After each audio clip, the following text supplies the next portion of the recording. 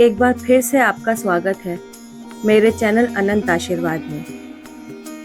नमस्कार प्रिय भक्तों, आज नवरात्रि का छठा दिन है, इसीलिए आज हम सुनेंगे माँ कात्यायनी की कथा। इस दिन माँ दुर्गा के कात्यायनी स्वरूप की पूजा की जाती है। माँ कात्यायनी माँ दुर्गा का छठा स्वरूप है।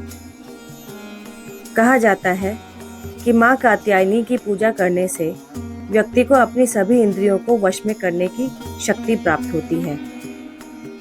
धर्मशास्त्रों के अनुसार माँ कात्यायनी ने ऋषि कात्यायन के घर पुत्री के रूप में जन्म लिया था। इसी कारण माता का नाम कात्यायनी पड़ा।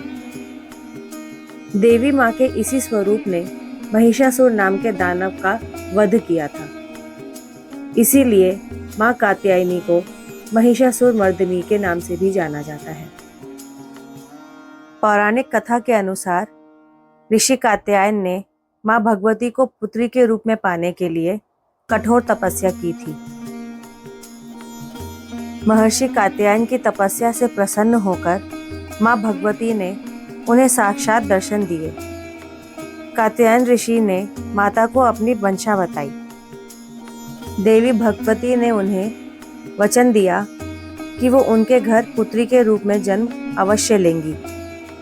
और फिर जब तीनों लोकों पर महिषासुर नामक दैत्य का अत्याचार बढ़ गया और सभी देवी देवता उससे परेशान हो गए, और तब त्रिदेव कहे जाने वाले ब्रह्मा, विष्णु और महेश के तेज से माता ने महर्षि कात्यायन के घर पुत्री के रूप में जन्म लिया। इसीलिए माता के स्वरूप को कात्यायनी नाम से जाना जाता है। माता के जन्म के बाद कात्यायन ऋषि ने सप्तमी, अष्टमी और नवमी तीनों दिन तक माँ कात्यायनी की विधिवत पूजा अर्चना की। इसके बाद माँ कात्यायनी ने दशमी के दिन महिषासुर नामक दैत्य का वध करके तीनों लोगों को उसके अत्याचार से निजात दिलाया। माता कात्यायनी का शरीर सोने की तरह सुनहरा और चमकदार है। यह सिंह की सवारी करती है। माँ कात्यायनी की 4 भुजाएं हैं, जिनके एक हाथ में तलवार और दूसरे हाथ में उनका प्रिय पुष्प कमल है।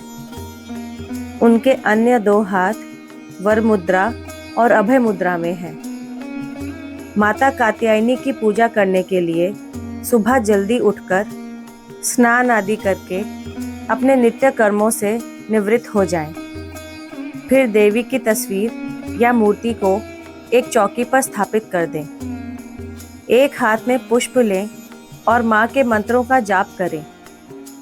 इसके बाद फूल को माँ के चरणों में चढ़ा दें। देवी को लाल वस्त्र, 3 हल्दी की गांठें, पीले फूल और फल आदि अर्पित करें। माँ कात्यायनी को शहद का भोग लगाएं। इससे माँ कात्यायनी प्रसन्न हो जाती है।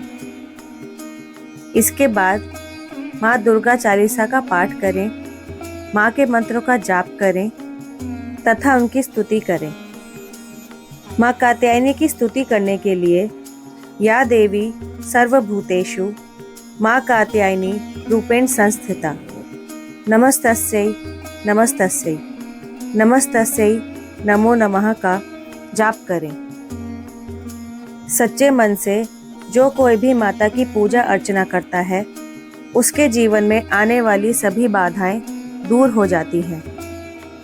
माँ को सुगंधित पुष्प अर्पित करने से शीघ्र विवाह का योग बनता है और साथ ही प्रेम संबंधी बाधाएं भी दूर हो जाती हैं। तो प्रिय भक्तों, यह थी माँ कात्यायनी की कथा। आपको कथा कैसी लगी कमेंट करके ज़रूर बताएं। साथ ही मेरे चैनल अनंत आशीर्वाद को